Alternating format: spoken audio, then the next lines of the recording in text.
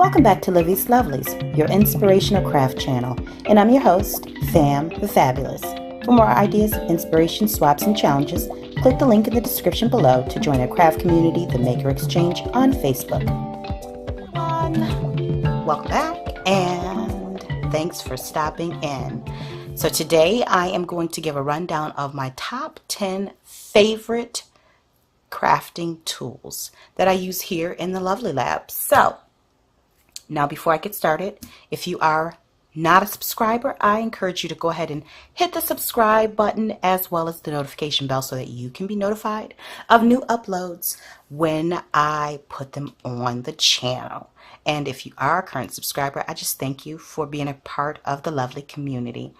So without further ado, as you see here, this is a ruler. This is not in my top 10 because this is something that every household has, but in it, it's definitely something you need for crafting. You can buy them 2 for $1 at Walmart or at the Dollar Tree, but without a ruler, it's kind of hard to get things done. You need to measure. So it's not on my list because you should already have it. If you're watching this video, you likely do. Now, I'm going to go ahead and get started. So for the top, number 1, my cutters. Okay, I'm not talking about knives, I'm talking about items I use to cut. I have a guillotine cutter, which I actually like a little bit better than the second one that I'll show you because it has this guard right here. It doesn't move, it doesn't shift, and you also can control the stability of the paper as you cut, so you get precision cutting. The second cutter that I use is the paper cutter, and this one you have a little bit, this one is for up to 12 inches, the other one is up to 8.5 inches. So this one I use for paper crafting, but it doesn't always give me the most accurate cut. It also has grit lines here, and I honestly use this part to score with. That's just me. I picked this up from Walmart. You can get this at any crafting store. But my go-to for smaller cuts is the guillotine. Second up is my guns. Not that type of gun. I'm talking about my glue gun. So this one's a Sure Bonder. Do your research if you don't already have a glue gun, but this has a precision tip. So it has a smaller line as opposed to the larger glue gun, which I use for larger projects like DIYs and such. Okay, this one, Missy Ann here, she's a part of the craft family, so she had to have a name, but I've had it for a few years. After a while, you do have glue oozing out when not in use but still plugged up and on. I do like the fact that it has an on and off switch. It's a little bit smaller, so it's easier to store, and it does have the stand, the kickstand there. The other gun is my ATG gun. Now the ATG gun is, if you're not familiar with this is double-sided tape. That's what it holds inside. Advanced tape glider. But this gun is used in paper crafting. If you don't want to necessarily use wet glue, and you need something that's, to adhere quickly, the ATG gun, especially if you're doing it in high volumes, this one is for you. Now you can also use, instead of the ATG gun, you can use the smaller tape dispensers.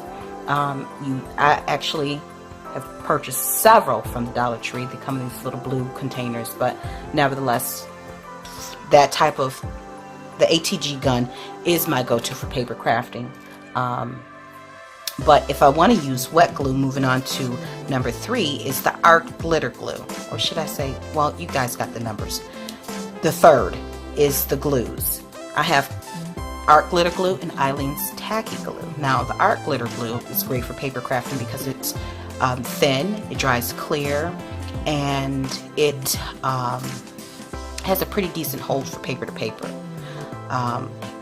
It dries acid free, but for projects that are not paper to paper, maybe it's a heavier cardstock, Eileen's tacky glue, or even fabric and lace, Eileen's tacky glue is amazing. It's a little thicker, so it takes a little bit longer to dry, but it's great. Mod Podge is my fourth. You can use it as a glue, but it's really more for decoupaging and using as a sealant. This comes in several different finishes. You can buy this at the Dollar Tree, Family Dollar, Dollar General, Walmart, and all the other crafting stores. The non-crafting stores typically will only have this, I think it's a matte finish, but it's a great water-based sealer, glue and finish it says. Now next up is my punches. This one is a 1 inch and this one is 1.5, although I don't really feel that it's 1.5, but nevertheless I use this a lot for embellishments and also for making notches on envelopes, you know, to pull out the card, as well as for paper crafting, you know, when I make boxes. Scissors. This can make or break a project. If you have shabby scissors and they don't cut well, then you have a hard time getting accurate cuts. Now these, I'm going to give you a close-up. If you look and see, you can see that this is two colors. This two-tone handle, these come from the Dollar Tree. I typically buy 2 to 3 each year. I start them off with sewing because it's a very clean cut.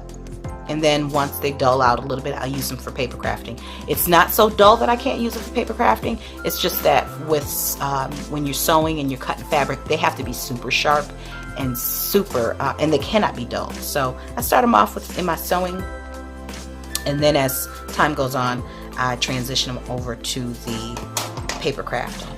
And then these are the precision scissors. These are used for fussy cutting. So I recommend, if you see these at the Dollar Tree, pick up a couple pairs, okay? Next up is the Washi. Washi is critical. I use this not only in paper crafting, but in planning, in scrapbooking. Washi gives a great, it's a good way to finish off a project. I don't collect a lot of them, and let me just make this announcement. It's not an announcement, but let me just state this. I am not one to purchase a lot of products that are on trend. I purchase what I love, washi, paper, and all those things. I purchase what I love. I don't purchase it because it's just the new release. I purchase what is my aesthetic, what pleases my eye, and that way I know that I'm going to get usage of it, so that I don't have a lot of stuff clogging up my crafting space, making it difficult for me to decide what to create with or what to create.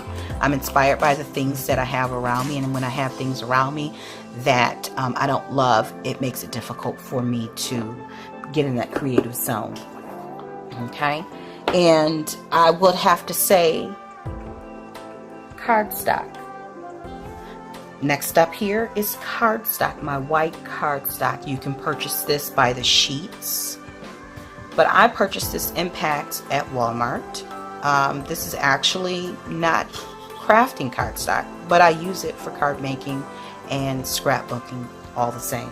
Now this is 8.5 by 11, but of course, as you know, if you buy crafting cardstock, it can come in the 12 by 12 paper packs.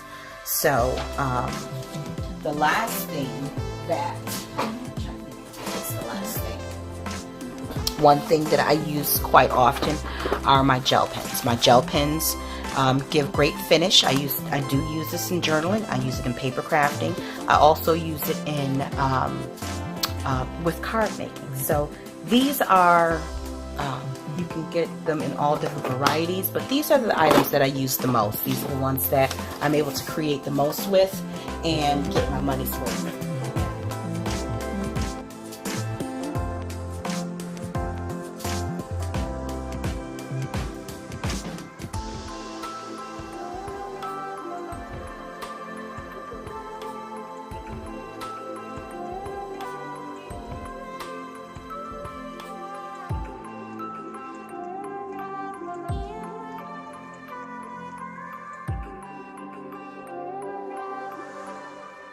Hope this video has inspired you to buy what you love, nothing more, maybe some less. But in the meantime, you know the story. Until we're back here again on YouTube, stay encouraged, stay blessed, stay creative and crafting. Bye for now. If you enjoyed this video, go ahead and give it a thumbs up. Hit subscribe to join the crafty community, and be sure to click the bell for notifications of new uploads. Thank you so much for watching. Now stay tuned for more from Livie's Lovelies, your inspirational craft channel. Bye for now.